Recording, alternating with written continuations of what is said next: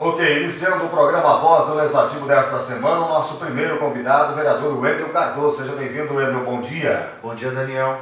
Tudo bem contigo? Tudo excelente. Muito bem. Gostaria que você começasse falando aí, vereador, sobre esses dias que o senhor está aqui na Câmara, assumiu por duas semanas, por duas sessões, enfim, a tua experiência nesse primeiro momento aqui na Câmara de Vereadores. Sim, Daniel, foi muito interessante, foi uma visão diferente. Eu já havia trabalhado na Câmara como assessor parlamentar, com o vereador Celso Fiorese, e é claro que aí é bastidor. Ali do alto da tribuna é diferente, né? A pressão é diferente, os olhares são diferentes, a comunidade ela tem uma solicitação diferente, uma pressão diferente, né, sobre o vereador. Mas foi bem interessante, recebi boas solicitações da comunidade, fui bastante procurado, né, pelos mesmos, tanto aqueles que votaram em mim, como pessoas que eu não conhecia e que também não me conheciam. Então foi uma experiência muito interessante. Uma oportunidade diferente na tua vida. Exato, foi uma oportunidade, um momento diferente da minha vida. Até me ajudou a enxergar diferente algumas questões sobre a cidade. Certo. Como é que você sentiu o clima da casa aqui, enfim, o que o senhor achou dos 9 vereadores aqui contando contigo, evidentemente? Foi diferente, obviamente, né, Daniel, pois no período que eu era assessor, era outra legislatura, nós tivemos uma renovação. No momento era a situação também, hoje é oposição. Isso, agora é oposição. E foi interessante, eu fui muito bem recepcionado por todos os vereadores, conversei com todos eles, sem exceção, sobre os projetos que estão tramitando na casa, participei das reuniões, fui ouvido nas reuniões, bastante respeitado, tanto nos pronunciamentos que fiz, alguns vereadores agregaram, né, na tribuna, agregaram a palavra que eu trouxe, e foi muito interessante, foi muito bom. Muito bem. Vamos falar um pouquinho sobre as tuas propostas. Tu trouxe aqui proposta de plano habitacional, plano de reindustrialização da cidade. Gostaria que você falasse um pouquinho sobre essas duas propostas aí. Sim, Daniel. O que acontece? Eu tenho 35 anos, sou formado em História, sou professor de História. Então, o que acontece? Eu aprendi a olhar para o passado e ver o que era bom, o que não era. Aquilo que era bom, nós deveríamos ter dado continuidade. Sim. Aquilo que não é bom, a gente aprende a não repetir.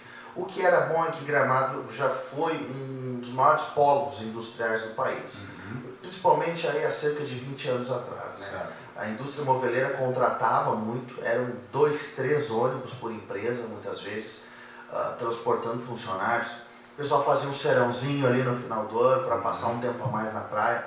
E o que acontece? Novas tendências de mercado, de material inclusive, foram surgindo, e nós não fomos nos atualizando. Então o que acontece? O nosso setor ele minguou e hoje nós ainda temos a infraestrutura. Os pavilhões ainda estão aí, mas as fábricas que não quebraram se tornaram muito menores, com 90%, 80% a menos de funcionário e ainda produzindo alguma coisa. Então a ideia viria principalmente aglutinar o pequeno fabricante, né, para que pudéssemos cooperativá-los e trabalhar o meio de exportação, porque foi dessa maneira que Bento Gonçalves e algumas cidades de Minas Gerais fizeram. Eles pegaram o pequeno fabricante, aglutinaram ele, criaram uma linha de produção, um produto que todos pudessem produzir, e aí investiram em feiras internacionais. Obviamente tudo isso com o fomento do poder público. Houve fomento do poder público para isso. Nesse caso eu concordo. Eu sou contra quando o governo entra para intervir.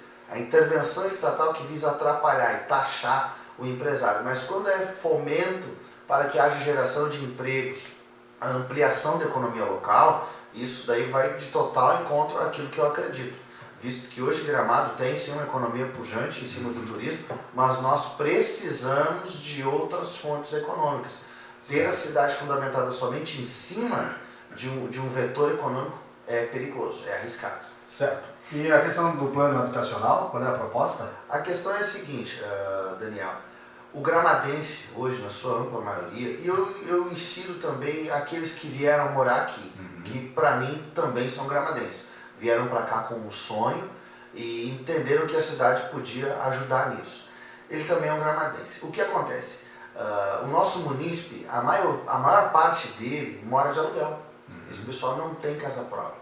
E o que acontece? Primeiro, é necessário que haja sim um plano que parta do executivo, Certo. Eu estou à disposição para que possamos conversar sobre isso. Até semana passada já conversei com o vice-prefeito Evandro Mosquen sobre o assunto, que ele ficou bastante interessado. E a outra parte, Daniel, é da iniciativa privada. A iniciativa privada também pode propor os condomínios habitacionais. A questão é que o plano diretor em Gramado não permite isso, pois são somente 4 andares de prédio. Sim. Então teria que rever o zoneamento para que em algumas regiões pudessem ser sim construídos condomínios habitacionais com maior altura, né, com maior nível de andares, Certo. para que sim a construtora também tire o seu lucro, senão não há como construir.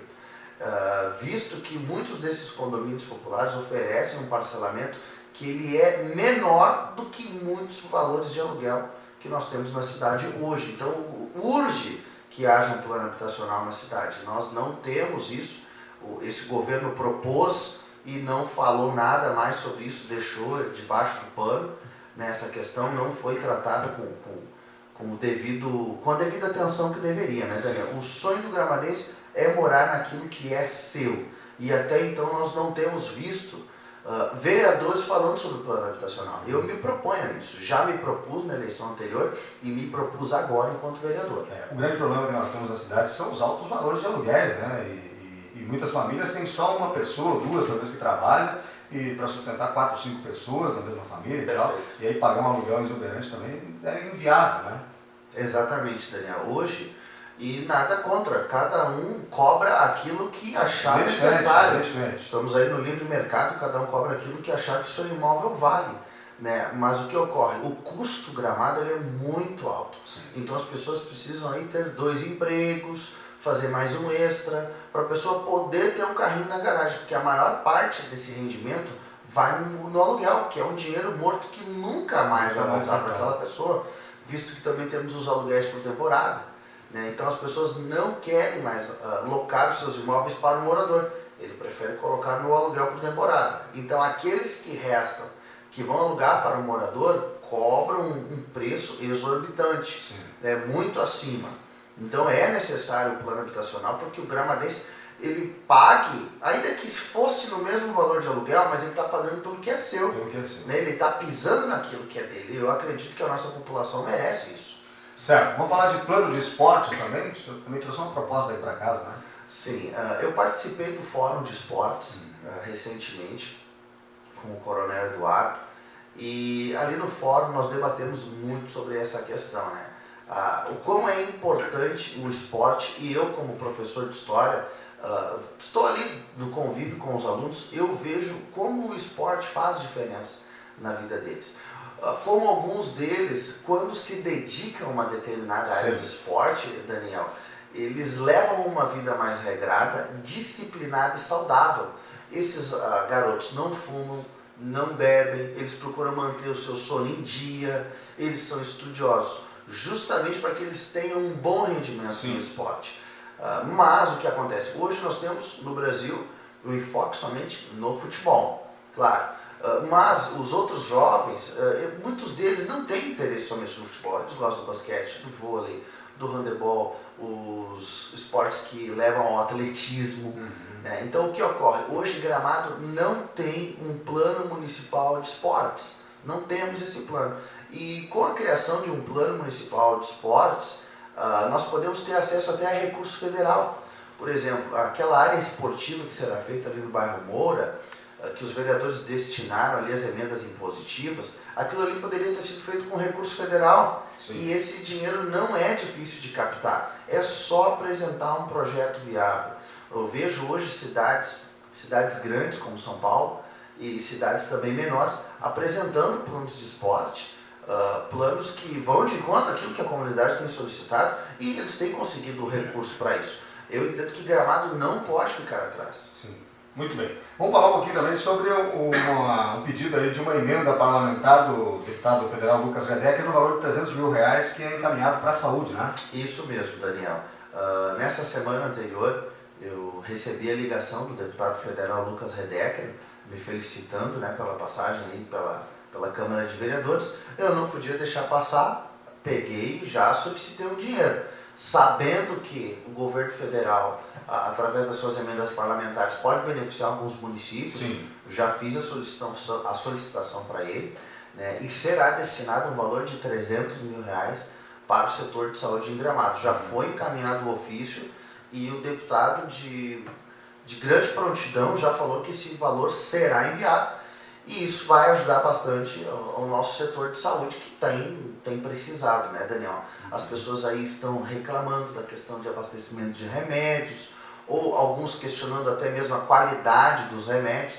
Então é um valor que ele não resolve o problema, porque a saúde, quanto mais dinheiro, parece que esse dinheiro se perde no Brasil, sabe, Daniel? É complicado falar de saúde no Brasil. Quando nós falamos em R$300 mil, às vezes a pessoa, a dona de casa, a mãe solteira, o homem solteiro, fala em R$300 mil, é uma quantia exorbitante para pessoas como nós. Agora, quando você fala de setor público, de setor de saúde, R$300 mil não é grande coisa. Sim. Porque aquilo ali vai muito dinheiro. Então esse valor aí vem de encontro a um momento aí importante da cidade. Certamente. E que nós vamos aceitar e receber muito bem esse valor, né? Muito bem. Te agradecer então, vereador Wendel Cardoso, dizer que foi uma alegria falar contigo aqui e até a próxima oportunidade. Ok, até a próxima, Daniel. Obrigado.